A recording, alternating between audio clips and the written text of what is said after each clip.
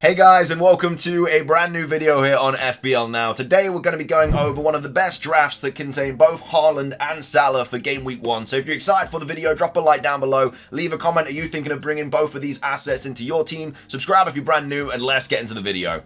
So, starting things off, there's no money in the bank. It's all been used up in this team, but I'm actually really happy with it. Obviously, there are a couple of changes you could make, but it does have Haaland, it has Salah, it has a pretty decent defense, and has pretty good midfield, and it has pretty good strikers as well. So let me know your thoughts on it. But either way, in goal, we do still have Sanchez and Ward. Again, Sanchez is just in there at the moment because I think arguably he is probably the best 4.5 mil goalkeeper to have.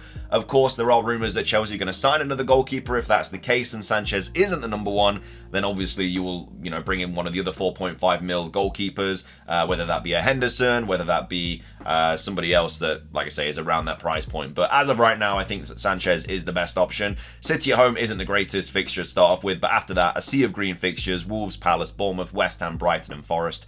Really nice fixtures for Sanchez. And then for Ward, yeah, it's just a different 4 mil goalkeeper, whoever you really want to put in your team. We don't have the luxury of a 4 mil goalkeeper this season, I don't think.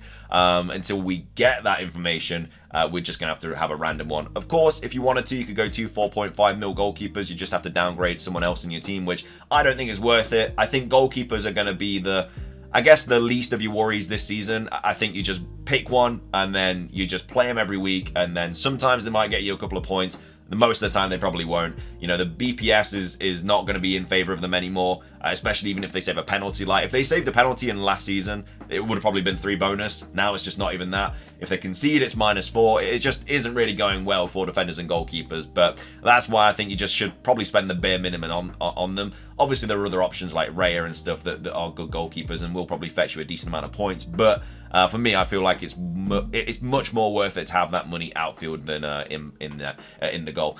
So yeah, the goalkeepers are Sanchez and Ward.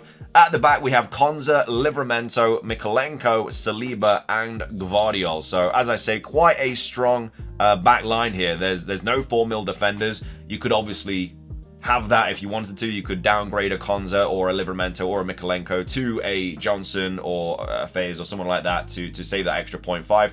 Nothing wrong with that. But I think the kind of spine of Gvardiol and Saliba at that back line is just really nice. It's just set and forget. And then as well as that, you can kind of pick and choose which 4.5 mil defender you play each week. I'd probably start with Southampton at home for Livramento because that's the best fixture. But I could easily play Mykolenko, who's got Brighton at home as well. You're probably wondering why Livramento's in here over Dan Burn. There's quite strong reports that Trippier is going to be leaving. And if that's the case, then I think that right back spot is just going to be Livramento's. And I think he's going to be a really good asset to own. He did have a couple of injury worries. Well, he did have a couple of injuries last season, but I think he's going to be back better than ever and going to be a decent option going into the season. So yeah, nothing really more to say about the back line. Like I say, if you wanted to, you could downgrade to a 4 mil defender, get that extra 0.5 and use it elsewhere. But I don't think you necessarily need to. It all depends if you're trying to upgrade one of the midfielders, which we'll go over in a second. But yeah, Saliba could obviously be could also be Gabriel as well if you wanted to go that way. There's no Trent in this team, which is, a little bit worrying, but at the end of the day, I think Gvardiol and Saliba are both very good options in the back. You've got the best defense in the league with Arsenal. You've got Gvardiol, which was one of the best defenders last season. And then, yeah, just kind of rotating between one of the 4.5 mil defenders isn't too bad either. In midfield, we have Sangare for Forest, but that can be any 4.5 mil midfielder. But as a Forest fan, I think that he will probably get a lot more minutes this season. We've also got Nkunku, Eze, Salah, and Gordon. So, obviously, this is a 4-4. This is kind of like a 4-4-2 formation if you wanted to play that. Obviously, if you did want to use the other funds to kind of upgrade your Sangare to somebody maybe like a Hudson-Odoi, then obviously you could make it like a 3-5-2. But as I say, you just rotate these 3 defenders every week, and then that's kind of like how you would, I guess, play this formation.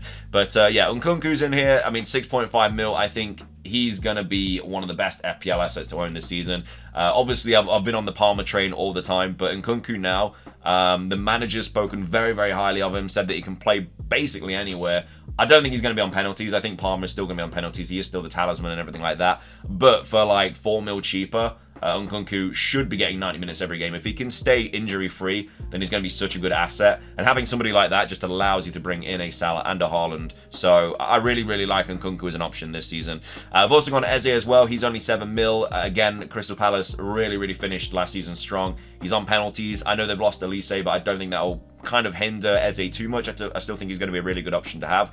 He's only 7 mil as well. I think he's also going to be one of the best FPL assets to own. I generally thought going into the season he'd be about 8 mil, but the fact that he's 7 mil, I think he's a little bit of a bargain. I think he's just a lock in any draft. I feel like he just has to be there. He's just like a 7 mil penalty taker that's as attacking as he is. I think is just as a no-brainer. I think you just have to have him in your team. Obviously, Salah makes the draft as well. It's a Haaland-Salah draft, so don't really have to speak about him too much. But yeah, he's obviously where a lot of your money is going. And then the other option is Gordon as well. Again, the home form for Gordon is just so good. They've got Southampton at home for the first game of the season, so he's hopefully going to hit the ground running. And yeah, obviously we saw how good he was last season. So I really like this midfield. As I say, if you wanted to, you could downgrade a couple of these players. Like I say, it is a 4-4-2, so you could downgrade maybe the defender that you're not too sure about. Let's just say, I don't know, in this case, let's just say Livramento. You get rid of Livramento for a Johnson, that's 0.5.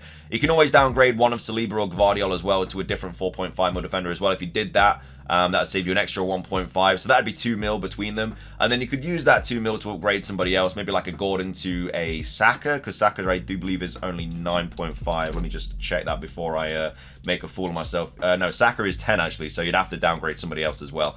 But either way, 9.5 mil. I'm talking about Foden, not Saka. Yeah, Foden's 9.5, so you could upgrade a Gordon to Foden with that extra funds. But like I say, that hinders your defense, and I don't think it's necessarily to have Foden over Gordon and hurt the rest of your team like that. So that's the midfield, and then up the top we've got Haaland, Isak, and Stewart as well. So like I say, you've got your bench fodders here. You don't really have a bench with this team, which, something has to be sacrificed in order to allow Haaland and Salah in your draft. And if you didn't want to go Isak as well, you could easily fit Watkins into this team as well. Like, Watkins is only 9 mil, so like I say, you downgrade Livramento to a Johnson, or a Mikolenko or a Konza to a Johnson. That gives you your extra 0.5. You then use that on Isak, upgrade him to Watkins if you really wanted to go him. Because Watkins, like, a lot of people are talking about how good Newcastle are at the start of the season.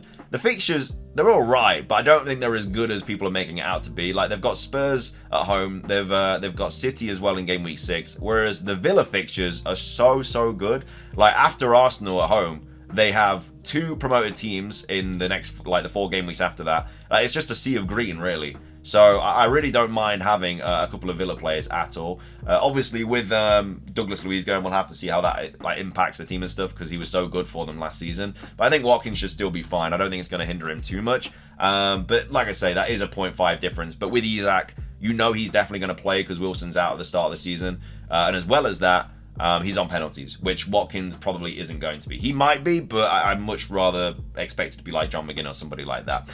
There's also reports that like Robertson's out as well, so I don't know how that's going to hinder the Liverpool defense, which is why I'm a little bit more skeptical about going for Trent and stuff, because I feel like the main reason you go in Trent is just for the attacking returns, because when they concede, it's going to really hurt his bonus point potential. And I feel like they were a bit shaky last season. Obviously, it's a different setup now, it's a different manager, so maybe I wouldn't. That's the reason that I don't want to go all in on Liverpool, just because I want to see how they play and stuff like that. Obviously, there's no Arsenal attackers in this team as well, which is a little bit unfortunate. But like I say, you could go out of your way to bring in a Saka if you wanted to, but you'd have to downgrade both like Saliba and Gvardiol. There's different ways you can do it, but I think the core kind of players that you'd have in a Salah and Haaland draft, obviously Salah and Haaland. I think Nkunku and Eze have to be in there as well. So that's 4 players. You're going to have a couple of 4.5 mil defenders as well there. I'd probably say like Mikolenko and Konza. So that's 6 players that I feel like are a staple in every single kind of Salah and Haaland team. The goalkeeper can be changed. The other 4.5 mil defender can be changed. Like I say, you can go a little bit less at the back, get rid of Gvardiol and Saliba and upgrade the midfield a little bit. You can get rid of Gordon for a Foden if you wanted to. Get rid of an Isak for a Watkins if you wanted to. But the kind of structure is there. Obviously, there's any of the 4.5 mil playing midfielders or strikers, they'd go into the team as well. It's just the bench is a little bit worrying. That's the only kind of issue. I mean, you could, like I say, you could get rid of a couple of your players and upgrade the bench a little bit. Like you could upgrade Stewart to a I don't know, like a João Pedro or someone like that, obviously you would have to spend kind of a decent bit of money to enable that, but that's just another way you could go, and you could kind of change the formation a little bit there. Maybe go like a 3-4-3, bring in João Pedro for an extra mil and downgrade Vardiol to somebody else or Saliba down to somebody else. So there's, like I said, there's different ways you could do it, but I think that's just kind of like the kind of team that I've come up with. But either way, I think that's kind of the draft you're looking at if you are wanting to bring in both of these big assets, because it's like 27.5 mil for 2 players is a lot of money. So either way, that's what I've gone with. If you enjoyed the video, make sure to drop a like down below. Of course, leave a comment. Do you like this draft? Are you expecting to go into the season with both Salah and Haaland, or are you just going to pick one of them? Subscribe if you're brand new. Ring the notification bell. It's everything from me. Have a great rest of your day, and until next time, peace.